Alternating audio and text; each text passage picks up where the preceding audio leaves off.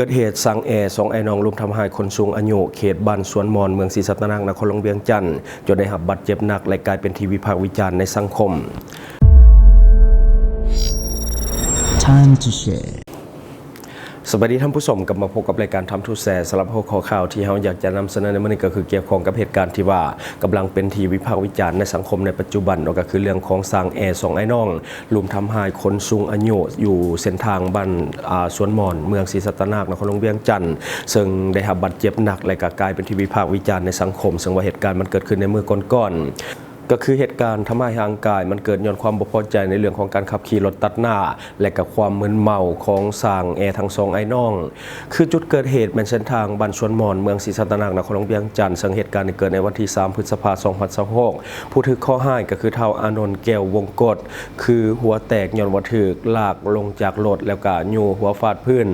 ผู้ก่อเหตุก็คือเฒ่าสุริยันและเฒ่าสุริยาแสงดาราเป็นสองไอ้น้องอาชีพค้าขายอยู่บ้านพลทันซึ่งว่าการดำเนินคดีเจ้าหน้าที่เจ้าหน้าที่ปกส.เมืองศรีสัตนานสามารถที่จะกักตัวผู้ก่อเหตุได้ทั้งสองคนในวันที่4 พฤษภาคม 2026เพื่อดำเนินคดีตามกฎหมายต่อไปภายหลังพวกเกี่ยวได้รับสารภาพนอกก็คือหลักฐานวิดีโอมันมัดโตแน่นก็เลยว่าต้องได้สารภาพทั้งหมดเดี๋ยวเราจะให้ท่านผู้ชมไปเบิ่งเนื้อในของข่าวจากแฟนเพจป้องกันความสงบนครหลวงเวียงจันทร์เป็นคลิปข่าวเดี๋ยวไปเบิ่งนำกัน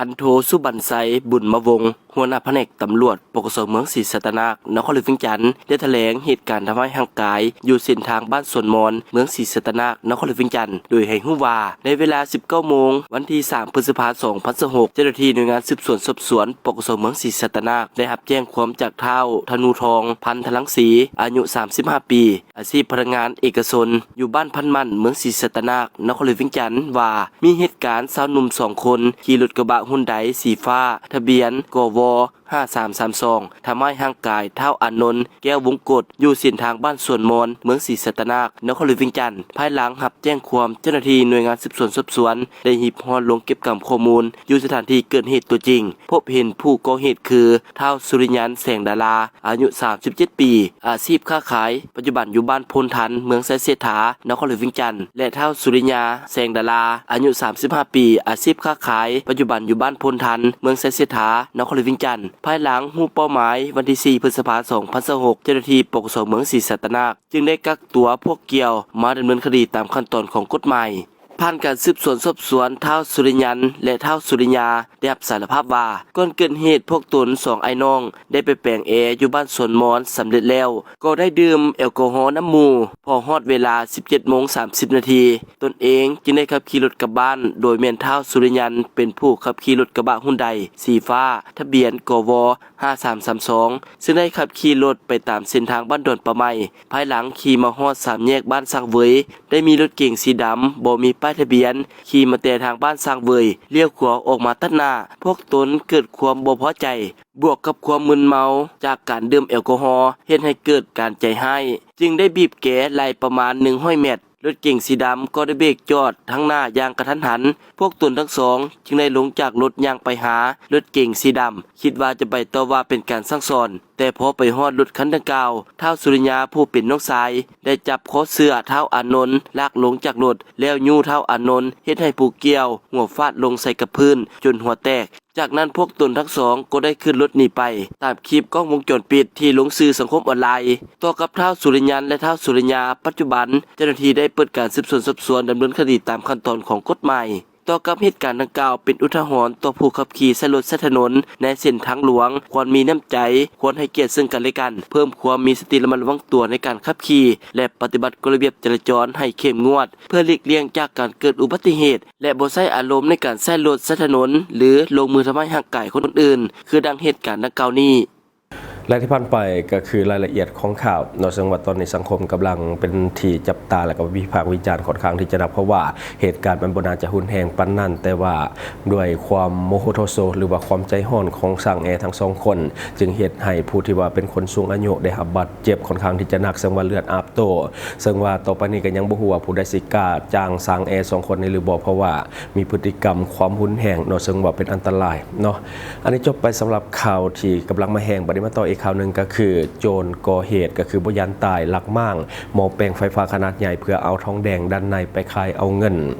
ในของข่าวได้มาจากแฟนเพจหนังสือพิมพ์ลาวพัฒนารัฐวิสาหกิจไฟฟ้าลาวสาขานครหลวง2ได้รายงานในวันที่6พฤษภาคม2026นี้ว่ามีกลุ่มคนบ่ดีมามั่งเอาอุปกรณ์ไฟฟ้าอยู่บริเวณบ้านเวิร์นกระเบาซึ่งว่าเป็นหม้อแปลงส่วนตัวของประชาชน1หน่วยและอีกจุดหนึ่งก็คืออยู่บ้านโนนเสียงแลก็คือจุดที่เป็นหม้อแปลงสาธารณะจำนวน1หน่วยทั้ง2จุดแม่นอยู่ในขอบเขตของเมืองปากเงิมนครหลวงเวียงจันทน์เฮ็ดให้ผู้สมใช้ไฟฟ้าได้รับความ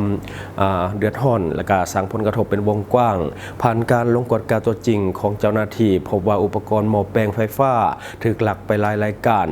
รปัจจุบันอยู่ในขั้นตอนของการเก็บกำข้อมูลของเจ้าหน้าที่เพื่อสืบสวนสอบสวนและก็ติดตามตัวผู้กระทำผิดมาลงโทษตามระเบียบกฎหมายให้ได้เนาะนี่ก็คือยังบ่สามารถที่จะจับตัวคนร้ายได้เทื่อซึ่งว่าเหตุการณ์เนี่ยมันเกิดขึ้น2จุดอยู่ในเมืองปากเงิมคือกันเนาะคือโจรทุกมื้อนี้เนี่ยเขาบ่ยันแม้แต่ความตายบ่ฮู้ว่าการเหตุใดแนวใดทางที่หม้อแปลงนั้นกำลังใช้งานและก็มีไฟแล่นผ่านอยู่เนาะซึ่งว่าเป็นอันตรายหลายสำหรับผู้ที่ว่าเข้าใกล้ถ้าว่าผ่านแม้แต่น้อยเดียวอาจจะหมายถึงความตายทันทีแต่ว่าโจรกลุ่มนี้ก็ถือว่าเขาเจ้ามีทักษะและก็รู้วิธีจัดการกับไฟฟ้าได้ดีพอสมควรถ้าแม่นคนทั่วไปอาจจะถูกไฟช็อตเสียชีวิตในจุดนั้นแล้วเนาะเพราะว่ามันเป็นหม้อแปลงขนาดใหญ่เนาะซึ่งว่าเท่าที่เบิ่งในรูปก็เป็นหม้อแปลงขนาดใหญ่นี่แหละน่าจะเป็นไฟแรงสูงสมควรอยู่เนาะบัดนี้เฮามาเบิ่งอีกข่าวหนึ่งต่อเนื่องกันก็คืออีกหนึ่งข่าวเป็นตาย่านกว่าและก็เสียงตายกว่าเพราะว่าไปลักหม้อแปลงนี่ยังระดับหนึ่งแต่ว่าอันนี้ก็คือไปมั่งเอาชิ้นส่วนของเหล็กจากเสาไฟฟ้าที่เป็นสายส่งไฟฟ้าแรงสูงจากเขื่อนเนาะซึ่งว่าเป็นไฟแรงสูงแต่ว่าเขาเจ้าก็กล้าเฮ็ด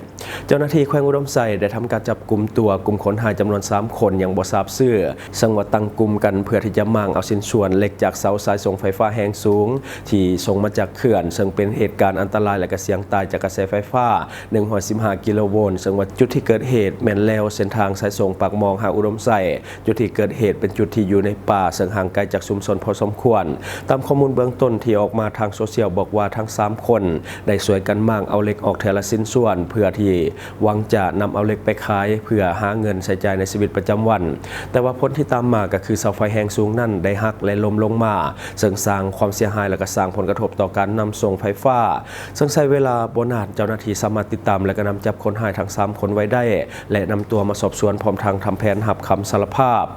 อันนี้ก็คือในของข่าวนอกก็คือโจรมั่งเอาอุปกรณ์ก็คือชิ้นส่วนเหล็กจากเสาไฟที่เป็นเสาไฟแรงสูงที่มันเป็นเหล็กเนาะชิ้นส่วนประกอบกันขึ้นเนาะสังว่าไปมั่งเอาบ่ฮู้ว่าการเฮ็ดแนวใดเนาะนี่เป็นอีกหนึ่งปรากฏการณ์ย่อท่อที่กำลังเกิดขึ้นหลายในสังคมลาวเรื่องของการหลักสายไฟหม้อแปลงไฟแม้แต่เสาไฟก็คือบ่เว้นคือกันเนาะทั้งที่เขาฮู้อยู่แล้วว่ามันเสี่ยงตายจากพฤติกรรมดังกล่าวคือกลุ่มโจรเหล่านี้เวลาจับได้สิ่งหนึ่งที่ควรเฮ็ดก็คือการกวดหาสารเสพติดอันดับต้นเพราะว่าส่วนใหญ่กลุ่มคนเหล่านี้มักจะเป็นกลุ่มคนที่ติดสารเสพติดมาก่อเหตุเนาะซึ่งว่าส่วนหลายก็จะเป็นลักษณะแบบนั้นถ้าว่าคนทั่วไปก็จะมีสติเนาะเขาก็ยานตายคือกันเพราะว่ามันเป็นไฟฟ้าแรงสูงโดยเฉพาะเสาที่เป็นเสาเหล็กแล้วก็มีการเสื่อมต่อกับสายไฟดันถึงเนาะซึ่งว่าเป็นอันตรายสูงซึ่งว่าแต่ละเสาเขาเจ้าก็มีการติดป้ายไว้อย่างดีกรณียัดไฟหัวหรือว่าไฟดูดอย่างต่างๆซึ่งบ่ให้เข้าใกล้แต่ว่าก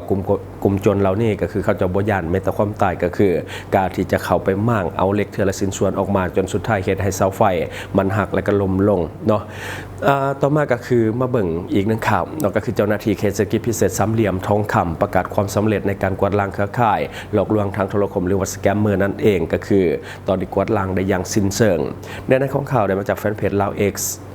เจ้าหน้าที่เขตเศรษฐกิจพิเศษสามเหลี่ยมทองคำประกาศความสำเร็จในการกวาดล้างเครือข่ายหลอกลวงทางโทรคมได้อย่างสิ้นเชิงซึ่งถือเป็นบัตรเก่าสำคัญในการทลายอาชญากรรมข้ามชาติเพื่อในใส่ฟื้นฟูความเชื่อมั่นของมวลชนและการยกระดับความปลอดภัยทางด้านสังคมในภาคพื้นให้ยืนยงวังบดลมณีพลโทวันทองกองมณีรัฐมนตรีกระทรวงป้องกันความสงบได้นำพาคณะผู้แทนขั้นสูงลงสุขโยและก็ติดตามการปฏิบัติงานอยู่กองบัญชาการปกสเขตเศรษฐกิจพิเศษสามเหลี่ยมทองคำโดยได้รับการต้อนรับจากพันเอกอนุสินศักดิ์ประเสริฐหัวหน้ากองบัญชาการปกสเขตดังกล่าวในโอกาสนี้พันเอกอนุสินได้รายงานถึงขอบเขตของการปฏิบัติหน้าที่และความท้าทายต่างๆโดยเฉพาะเป็นความสำเร็จอันยิ่งใหญ่ในการทลายเครือข่ายอาชญากรรมทางเทคโนโลยีหรือว่าแก๊งคอลเซ็นเตอร์ที่เคยสร้างความเสียหายทางด้านการเงินอย่างมหาศาลให้แก่ประชาชนทั้งในสปป.ลาวและต่างประเทศซึ่งเคยเป็นปัญหาซ้ำเฮือมาอย่างยาวนานและการกวาดล้างครั้งนี้ถือว่าเป็นบัตรเก้าอันตัดสินสีขาด ขาดในการฟื้นฟูความเชื่อมั่นของประชาชนและก็ยกระดับความน่าเชื่อถือของเจ้าหน้าที่บังคับใช้กฎหมายให้สูงขึ้นภายหลังรับฟังการรายงานพลโทวันทองได้แสดงความยองยอสมเสยต่อกับผลงานดังกล่าวโดยยกให้เห็นว่าปฏิบัติการครั้งนี้เป็นแบบอย่างที่ดีเลิศของการประสานงานและก็ความเด็ดเดี่ยวเหนียวแน่นพร้อมกันนั้นท่านยังได้เน้นหนักให้เจ้าหน้าที่สืบต่อรักษาจังหวะการปฏิบัติงานปรับปรุงโครงสร้างการจัดตั้งและก็ยกระดับมาตรฐานวิชาชีพของบุคลากรตลอดฮอดการฝึกฝนคุณทัศน์การเมืองจรรยาบรรณและนำใจรักษาเพื่อรับประกันให้เขตเศรษฐกิจพิเศษสามเหลี่ยมทองคำมีความเสถียรภาพทั้งด้านการเมืองและก็มีความสงบปลอดภัยทางด้านสังคมอย่างแท้จริงความสำเร็จในการปราบปรามครั้งนี้บ่เพียงแต่จะส่งผลดีต่อความปลอดภัยภายในท้องถิ่นเท่านั้นแต่ว่ายังจะส่งผลกระทบเชิงบวกอันกว้างขวางต่อกับความพยายามในการต้านอาชญากรรมทางไซเบอร์ข้ามชาติในระดับภาคพื้นอีกด้วยอันนี้ก็ถือว่าเป็นในของข่าวเนาะซึ่งว่าเป็นความสำเร็จที่เจ้าหน้าที่ของเราสามารถที่จะเฮ็ดได้โดยที่ว่าเราในเฮ็ดได้และก็เฮ็ดได้ดีด้วยหลังจากการปราบปรามแบบดุเดือดในกัมพูชาและก็เมียนมาที่กลายเป็นข่าวโด่งดังไปทั่วโลกแต่ว่าของเราก็คือปราบแบบเงียบๆแต่ว่ามีประสิทธิภาพสูงเนาะซึ่งว่าตอนนี้แก๊งคอลเซ็นเตอร์ในสามเหลี่ยมทองคำแทบจะบ่เหลือแต่ว่ากระจายไปตามหัวเมืองต่างๆซึ่งจะต้องได้สืบต่อในการแก้ไขปัญหานี้ต่อไปซึ่งว่าล่าสุดที่จับได้ก็คือ200คนอยู่ที่แขวงหัวพันเนาะก็คือเป็นแก๊งขนาดใหญ่แต่ว่าส่วนใหญ่จะเป็นชาวเวียดนามที่เข้ามาตั้งเรื่องของเป็นทานสแกมเมอร์เรื่องของเกมออนไลน์การพนันออนไลน์และก็อื่นๆที่ว่าหลอกลวงเหยื่อผ่านโซเชียลเนาะอันนี้คือสิ่งที่เราเก็บมาเล่าสู่ฟังหวังว่าท่านจะได้รับสาระดีๆสำหรับท่านที่ว่าเบิ่งรายการเฮาอยู่คิดเห็นจะได้กับสิ่งที่ว่านำเสนอไปก็อย่าลืมฝากไว้ภายใต้คอมเมนต์ของเฮาและข้าพเจ้าจะเข้าไปอ่านด้วยตนเองขอขอบใจสนใจโฆษณาประชาสัมพันธ์ธุรกิจและผลิตภัณฑ์ของท่านผ่านรายการของเฮาสนใจติดต่อตามข้อมูลที่ขึ้นหน้าจอในปัจจุบันได้เลย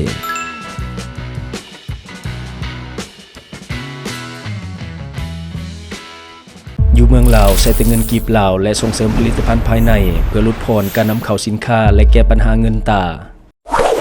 Subscribe for more video.